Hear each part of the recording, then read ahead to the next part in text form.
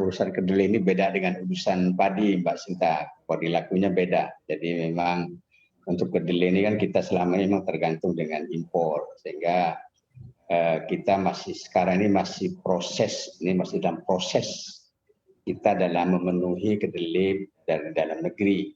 Nah, proses itu sekarang masih dalam proses, sehingga mungkin insya Allah kan masih proses, ada sebagian proses tanam, ada proses panen, sehingga pada saat kondisi begini stok kita mengalami penurunan, sehingga itu saya kira kebijakan impor yang 350 ton itu memang kondisinya seperti itu. Artinya produksi dalam negeri kita masih belum mampu untuk memenuhi kebutuhan kedelai kita.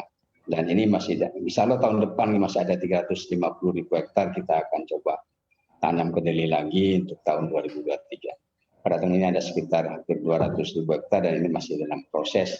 Ada yang sudah panen, ada yang mau tanam, ada yang sedang panen, ada yang proses masih standing crop. Itu saja mungkin Mbak Sinta untuk kedelai ini. Baik, Pak Ismail, tapi ini menjadi menarik begitu ya Pak. Sebetulnya faktor-faktor apa saja Pak yang membuat begitu para petani memang mungkin tidak memilih untuk memproduksi kedelai, karena kalau kita lihat memang stok kedelai kan menipis. Itu artinya memang produksinya sedikit Pak.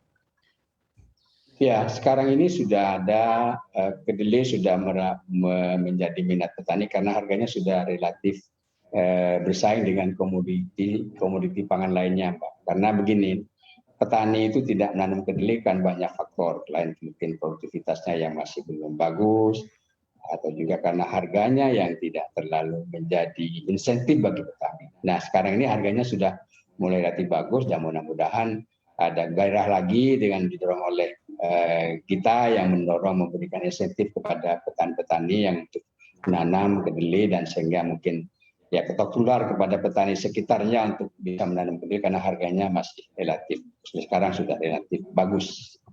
Itu, Mbak. Baik, terima kasih Pak Ismail. Pak Said, untuk minat dari para petani menanam kedelai saat ini seperti apa kondisinya Pak Said? Ya, kalau lihat dalam kurun 10-15 tahun terakhir, atau 10 tahun terakhir lah yang kita bisa lihat, memang kan cenderung turun ya minat petani untuk menanam kedelai. Tadi Pak Ismail menyinggung sedikit, ada banyak faktor gitu yang mendorong itu. Misalnya kalau di kasus petani di Jawa itu kan lahannya cenderung satu ya, di musim ketiga kan biasanya mereka, atau kedua ketiga sebagian kan pakai nanam palawija, salah satunya kedelai.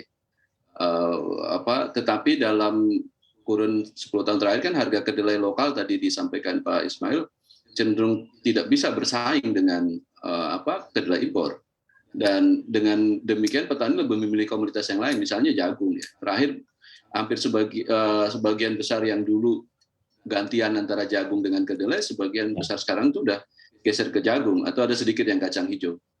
Jadi instrumen harga jual saya kira jadi satu faktor penting untuk menarik minat petani menanam kedelai, karena insentifnya nggak ada kan kalau harganya nggak cukup tinggi, dan kita rasanya memang belum sampai penguatan insentif bagi petani kedelai terutama di sisi hilir ya, itu belum cukup kuat, walaupun mungkin di Kementan sudah melakukan itu di kementerian yang lain ya, tetapi kita ngelihat KKP sendiri ngelihat ini perlu penguatan di sisi itunya. Kemudian yang kedua soal lahan, karena di basis produksi kedelai terutama di Jawa misalnya itu rebutan lahan, jadi setelah padi ya lahannya itu dipakai kan biasanya.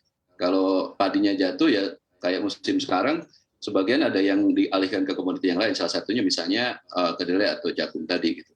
Nah, yang ketiga saya kira isu terkait dengan harga tadi juga ada hubungannya dengan regulasi soal importasi dan kedelai impor. Selama ini kan harga kedelai impor dengan lokal gap-nya tinggi banget ya, jauh banget gitu. Dan para pengrajin kan lebih memilih kedelai impor karena harganya lebih kompetitif, lebih murah kalau kita bisa katakan begitu dibanding yang lokal gitu. Nah, hari ini memang ada kecenderungan harga di yang lokal naik ya, karena harga kedelai impornya naik, beberapa kawan pengrajin beralih ke yang lokal. Ini juga insentif, tapi kan kita tidak bisa meletakkan harus ada kejadian di global dulu harga naik baru kita petaninya nanam gitu. Kalau kita mau mendorong swasembada atau daulat kedelai ya harusnya memang terencana dengan baik ya.